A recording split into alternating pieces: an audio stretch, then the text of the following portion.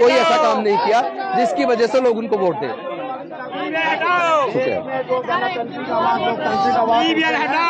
अमित शाह और नरेंद्र मोदी उस लोकतांत्रिक आवाज से डरता है, हम उसको नहीं होने देंगे। ये देखो जंतर मंतर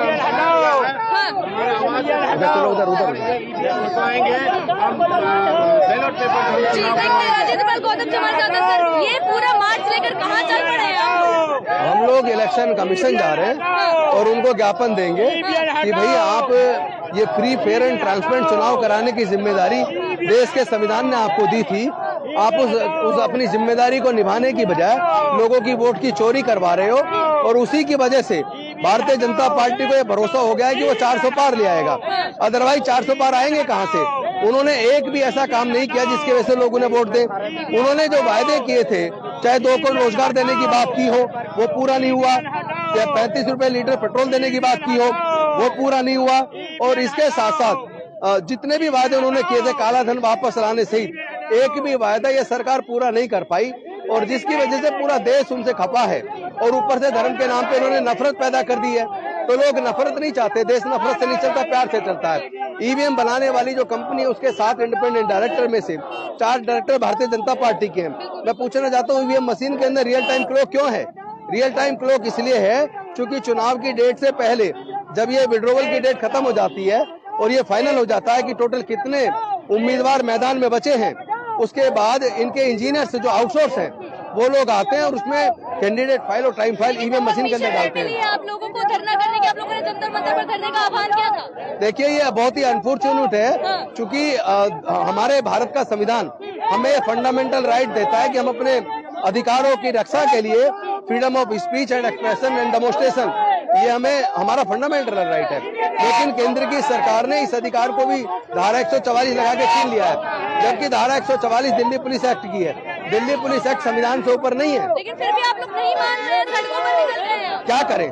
अब जनता के अधिकार के लिए वोट की चोरी बचाने के लिए लड़ना तो पड़ेगा। इसके लिए जो बीजेपी की सरकार जितना प्रताड़ना करना चाहती है, हमारे मौलिक अधिकारों को हनन करना चाहती है, तो हम उसके लिए तैयार हैं। हम हर प्रकार के उत्पीड़न के लिए तैयार हैं। वो हमें उत्पीड़न करना चाहते हैं तो कर लें, हमें जेल में डालना चाहते हैं तो डाल दें, लेकिन लोगों की वोट की चोरी रोक दें। बस बैलेट पेपर वापस नहीं आए। वो जो कह रहे हैं 400 पार, उन्होंने कोई ऐसा काम नहीं किया कि लोग उनको वोट दें। फिर भी अगर उन्हें इतना भरोसा है कि जनता उनके साथ है तो बैलेट पेपर ला के चुनाव जीत लें, हमें कोई आपत्ति नहीं है। आप देख सकते हैं कि पूरा सड़क पर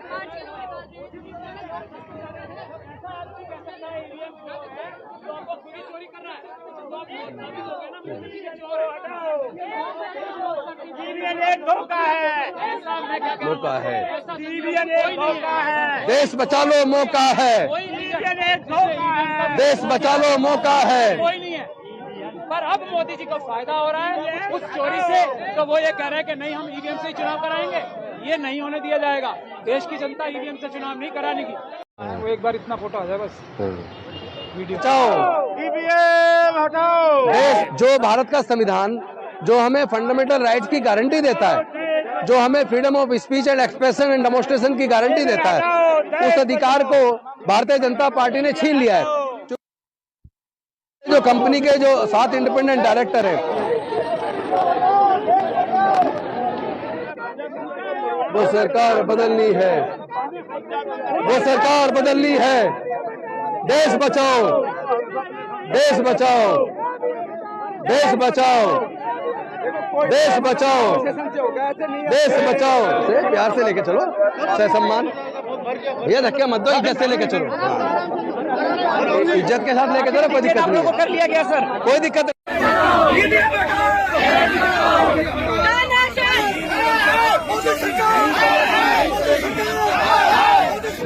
आज हमने पुलिस से परमिशन मांगी थी, ईवीएम हटाओ, देश बचाओ, बैलेट पेपर वापस लाओ, लोकतंत्र बचाओ आंदोलन के लिए। पुलिस ने हमें रिटर्न में परमिशन दी थी, लेकिन बाद में परमिशन कैंसिल कर दी।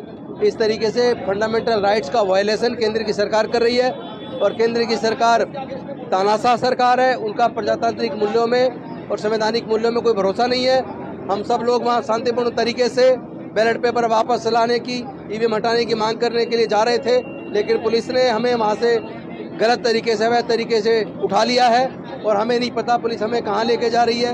लेकिन ऐसा लग रहा है कि एयरपोर्ट के आसपास से कहीं से निकली है। अब कहाँ लेके जाएगी, एयर सिटी के सामने से हम लोग जा रहे हैं और ये पुलिस हमें इस डीटीसी की बस में कहाँ ले जा रही है हमें पता नहीं है। लेकिन इस तरीके से मोदी जी हमारी आवाज बंद नहीं कर सकते, हमारी जुबान बंद नहीं कर सकते। पीछे भी कई बसों में हमारे साथियों को पुलिस ने डिटेन करके रखा, वो बसें भी पीछे आ रही हैं। लेकिन ये ईवीएम हटाओ, लोकतंत्र बचाओ, संविधान बचाओ, बैलेट पेपर वापस लाओ की लड़ाई जारी रहेगी। पुलिस जितना मर्जी हमारे ऊपर दमन कर ले, हम लोग डरने वाले नहीं हैं। तो हम लोग देश के इस संविधान को बचाने के लिए, लोकतंत्र को बचाने के लिए अपनी लड़ाई जारी रखेंगे।